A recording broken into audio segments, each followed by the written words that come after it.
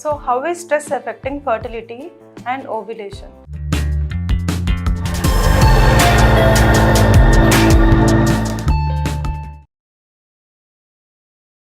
So మనకి ఈ advanced లైఫ్లో డే టు డే యాక్టివిటీస్లో స్ట్రెస్ లెవెల్స్ అనేది చాలా మందికి పెరిగిపోయింది. దీని ఇంపాక్ట్ ఎలా ఉంటుంది అంటే మనకి హైపోథాలమో పిట్యూటరీ ఓవేరియన్ యాక్సెస్ అంటారు. అంటే బ్రెయిన్లో హైపోథాలమస్ అండ్ పిట్యూటరీ గ్లాండ్ అలాగే మనకి ఓవరీస్ కనెక్టెడ్గా ఉంటాయి. సో ఈ యాక్సెస్ అనేది మనకి ఇంటాక్ట్గా అండ్ ఫంక్షనల్గా ఉంటేనే మనకి పీరియడ్స్ అనేవి రెగ్యులర్గా రావడం, ఫర్టిలిటీ సక్సెస్ అవ్వడం అనేది జరుగుతుంది. మెయిన్గా స్ట్రెస్ ఉన్న వాళ్ళకి ఏమవుతుందంటే బాడీ ఈ స్ట్రెస్లోంచి బయటికి రావడానికి బాడీ సర్వైవింగ్ మెకానిజంని కాన్సన్ట్రేట్ చేసి ఈ హెచ్పిఓ అంటే హైపోథాలమో పిట్యూటరీ యాక్సెస్ని సప్రెస్ చేస్తుంది. అంటే ఫస్ట్ రెస్క్యూ అవ్వాలి అన్నట్టు ఇది డామినేట్ అవుతుంది అండ్ హెచ్పిఓ యాక్సెస్ సప్రెస్ అవుతుంది. దీనివల్ల ఫైనల్గా ovarian hormones like FSH, LH కానీ అలాగే పిట్యూటరీ హార్మోన్స్ ఇవన్నీ తక్కువ లెవెల్లో ఉండి కార్టిజాల్ అనే హార్మోన్ ఎక్కువ లెవెల్లో ఉంటుంది.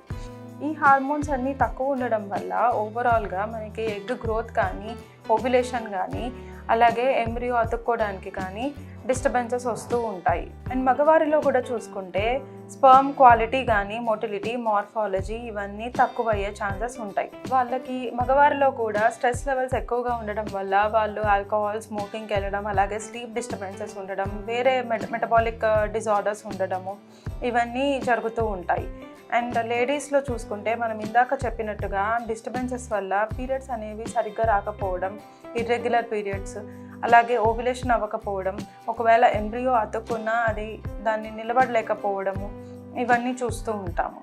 అండ్ వేరే other metabolic diseases like thyroid కానీ, పీసీఓడి కానీ, అలాగే ప్రొలాక్టిన్ ఎక్కువ ఉండడము అండ్ మనకి ఒబేసిటీ రావడము ఇలాంటివి జరుగుతూ ఉంటాయి. వీటన్నిటి వల్ల ఒకవేళ ప్రెగ్నెన్సీ లేట్ అయింది అని అంటే అది కూడా మళ్ళీ ఇంకొక అడిషనల్ స్ట్రెస్ అవుతుంది. సో స్ట్రెస్ లెవెల్స్ అనేది చిన్న stress like short term small stress వల్ల ఏమీ ఎఫెక్ట్ పడదు. Chronic stress, long standing stress వల్లే ఎఫెక్ట్ పడుతుంది. అండ్ అది కూడా టాలరెన్స్ లెవెల్స్ని బట్టి ఉంటుంది. లైక్ కొంతమంది ఫీమేల్స్ అండ్ మేల్స్కి టాలరెన్స్ లెవెల్ చాలా హై ఉంటుంది. వాళ్ళకి స్ట్రెస్ ఎక్కువగా ఉంటే కానీ వాళ్ళకి ఎఫెక్ట్ పడుతుంది. టాలరెన్స్ లెవెల్ అనేది తక్కువ ఉన్నప్పుడు చిన్న అక్యూట్ స్ట్రెస్సెస్ కూడా వాళ్ళకి డిఫరెన్సెస్ కనిపిస్తూ ఉంటాయి.